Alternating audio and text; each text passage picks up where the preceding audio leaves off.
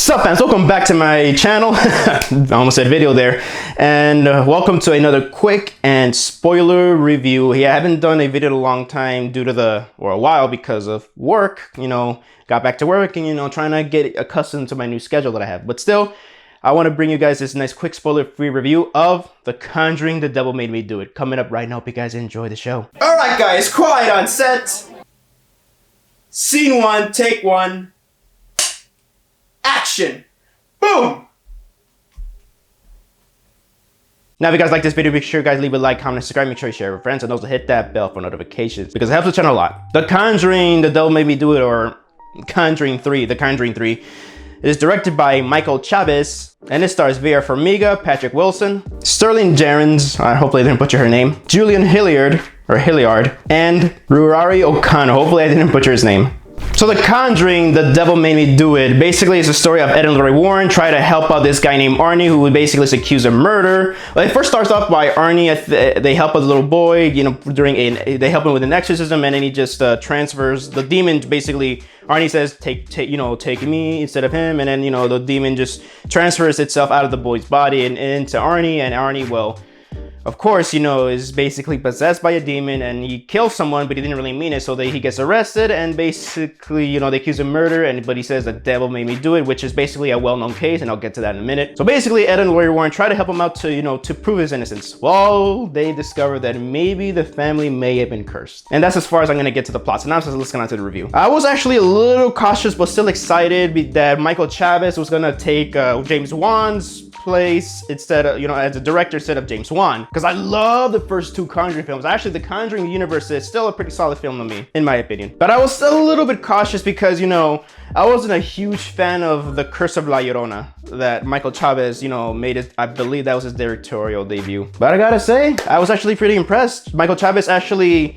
improved his directing skills and basically just made a better film than The Curse of La Llorona. And man, it is actually really good. I actually quite like. It's not, in my opinion, it's not as phenomenal as the first two, but this is still a damn great and worthy solid follow-up to the first two, even though it doesn't have the number 3 in it. Because the first one is Conjuring, and then the second was Conjuring 2, and then this one's The Devil Made Me Do It. But and I heard about the case, the Devil Made Me Do It case. It's actually based off a real mainstream case that a lot of news media outlets covered it at the time. And I heard of the case, but I don't know much of the case actually. I just only heard about it briefly, and then didn't really pay attention to what happened during the case. Basically, this is the first case where they arrested a guy, and basically the man pleaded that that was actually a demon possession rather than him killing him. Basically, they're blaming it on a demon rather than him killing someone, either on accident or on purpose. Arnie, the guy. So there's a lot of hype before the movie came out because this was actually a film that's gonna cover a real famous case that I personally,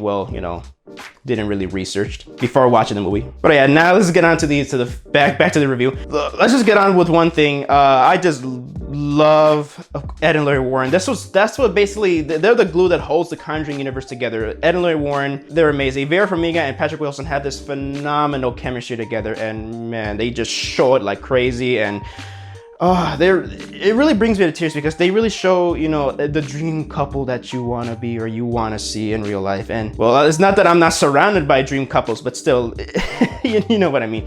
But man, their chemistry and their acting together, and also especially when they're afraid, especially there's a lot of tension here because Ed in the beginning, he suffers from a heart attack and he has his cane, and if he tries to do anything, extremely physical, then that could pretty much kill him. And throughout the whole movie, there's a lot of that, heart attack tension in there, and it's so cool. But still, their chemistry together, Ed and Lorraine Warren, are just phenomenal. They're, in my opinion, the best part of the movie. The scares are phenomenal too. I thought the scares, were gonna be a tad bit lackluster compared to the first two because, we're in 3 movies in, and usually the franchise gets a little tiring and a little lackluster. But hey, I'm glad that the scares are solid here. The scares are still pretty predictable. You still get that silent moment, and then boom, it hits you with that jump scare. But hey, the jump scares are earned, and there's none of that false jump scares as far as I remember. Cinematography is just beautiful. I love Michael Chavez's direct. Even in the Curse of La Llorona, and he brings it here, his awesome director's eye, how basically making it on a nice scope ratio, and it just makes it grander than, you know, than the film actually is. It is so cool. From the nice, even the dark, dim night scenes, all and the nice, you know, muted but still like orange or fall like woods, it looks so beautiful. The film looks very beautiful overall. Yeah, the pace is really nice. I like how it's just, you know, it picks right up and it just never lets out. I think if that makes any sense. Basically, the pacing is very solid. The music's solid, and also the performance of everybody else, especially the guy that plays Arnie. The performances are just awesome, and you know, you like anybody. There's nobody that's unlikable here. I'm not gonna give away, but you know, the source of the curse of this film is really cool. Basically, yeah, there is a villain in this movie if I'm gonna give anything away, and the villain is so cool and awesome. Special effects, CGI, and I believe practical effects that were used here are very nice, and it looks pretty cool. But yeah, actually, yeah, overall I had a great time with this film. And actually the story's pretty solid, and of course it's gonna deviate from the actual real life events just to make it more intense. That's basically like what any of the Conjuring films have done, because they're based off these real cases, and of course they gotta deviate and change a couple of things, you know, to make it more intense and dramatic for the audience. But that's not really a bad thing, as long as, you know, they don't, you know, tarnish, you know, the actual true story, which this does not, or neither of the Conjuring movies do. So if I were to give the film a rating, I'll give it a solid 4 out of 5 stars. Actually, it's a very fun time in. While I don't think it's as amazing and masterful as the first two, this one is still a damn worthy follow-up, and you know, it's a worthy installment, and I suggest you guys check it out. I recommend you guys check it out. So that is my quick and spoiler-free review of The Conjuring, The Devil Made Me Do It. Hope you guys enjoyed the video, and thank you guys so much for watching my video. So let me know down in the comment section down below, have you guys seen The Conjuring, The Devil Made Me Do It? Please let me know down in the comment section down below. I'd like to hear your opinions on it. This is Avi from my production signing off, and hope you guys enjoyed the show.